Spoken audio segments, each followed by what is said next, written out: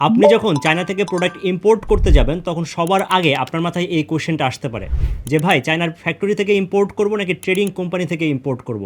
Because এই একটা ভুল ডিসিশনের কারণে আপনার প্রোডাক্ট কস্ট যেমন বেড়ে যাবে, কোয়ালিটি খারাপ হতে পারে এবং ডেলিভারিতে অনেক বেশি লেট হতে পারে। সো আজকের এই ভিডিওতে আমি এক্সপ্লেন করব China factory versus trading company, আপনি আপনার বিজনেসের জন্য কোনটা বেছে নেবেন। তো আসেন ফার্স্টে আমরা জেনে নিই যে ফ্যাক্টরি অ্যান্ড ট্রেডিং কোম্পানির মধ্যে মেইন ডিফারেন্সটা আসলে কোথায়। ফ্যাক্টরি মানে কি আমি সবাই জানি, যেখানে সরাসরি প্রোডাক্টটা তৈরি করা হয়। তার মানে আপনি যখন ফ্যাক্টরি থেকে প্রোডাক্টটা ইম্পোর্ট করবেন তখন অন্য কোনো মিডিয়ার প্রয়োজন হবে না। অন্যদিকে আপনি যদি ট্রেডিং কোম্পানির মাধ্যমে ইম্পোর্ট করেন তাহলে আপনাকে অন্য একটা মিডিয়ার হয়ে প্রোডাক্ট ইম্পোর্ট করতে হবে।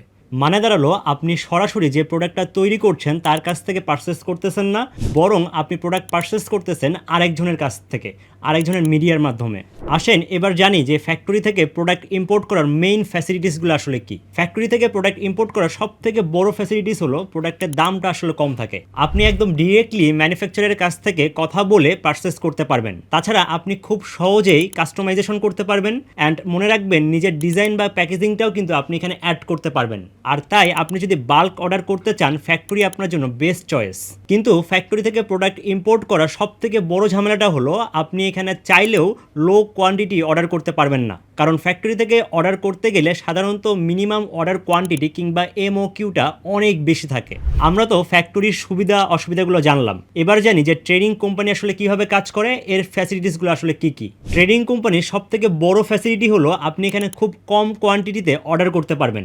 তাই আপনি যদি একদম নতুন ইম্পোর্টার হন এবং স্মল কোয়ান্টিটিতে স্টার্ট করতে চান তবে আপনার জন্য ট্রেডিং কোম্পানি একটা বেটার চয়েস হতে পারে। ট্রেডিং কোম্পানি থেকে প্রোডাক্ট পারচেস করার আরেকটা বড় ফ্যাসিলিটিস হলো আপনি এক জায়গা থেকেই ইজিলি অনেক ধরনের প্রোডাক্ট পেয়ে যাবেন। অ্যাজ এ রেজাল্ট আপনি সময় নিয়ে প্রোডাক্ট সিলেক্ট করতে পারবেন। তবে ট্রেডিং কোম্পানির সব থেকে বড় সমস্যা হলো এখানে দামটা একটু বেশি থাকে। তাই প্রোডাক্ট পারচেস করার আগেই আপনাকে সব ধরনের কস্টগুলো ক্যালকুলেট করে নিতে হবে। তাহলে আপনার মাথায় এখন প্রশ্ন আসতেই পারে যে ভাই আমার জন্য কোনটা সব থেকে বেশি সেফ। আসেন একটু ব্রেকডাউন করি। আপনি যদি নতুন ইম্পোর্টার হন তাহলে ট্রেডিং কোম্পানি দিয়ে স্টার্ট করতে পারেন, কারণ এখানে রিস্ক যেমন কম তেমন আপনি খুব কম কোয়ান্টিটিতেও স্টার্ট করতে পারবেন। তাছাড়া এখানে আপনি অথরিটির সাথে খুব ইজিলি কন্ট্যাক্ট করতে পারবেন। আর আপনি যদি একটু এক্সপিরিয়েন্সড হন এবং বাল্ক অর্ডার কোয়ান্টিটি নিয়ে কাজ করতে চান তাহলে আপনার জন্য ফ্যাক্টরি বেস্ট চয়েস। বিকজ ফ্যাক্টরিতে যেহেতু প্রোডাক্টের দামটা কম থাকে আপনি এখানে প্রফিটটা বেশি করতে পারবেন। তবে একটা কথা সবসময় আপনাকে মাথায় রাখতে হবে, ফ্যাক্টরি কিংবা ট্রেডিং কোম্পানি যেখান থেকে প্রোডাক্ট পারচেস করেন না কেন আপনাকে আগে স্যাম্পলটা নিয়ে নিতে হবে।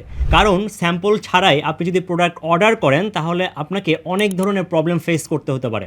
ইম্পোর্ট বিজনেস রিলেটেড এরকম আরও ইনফরমেটিভ ভিডিও পেতে স্কাই বাই বিডির সাথেই থাকুন।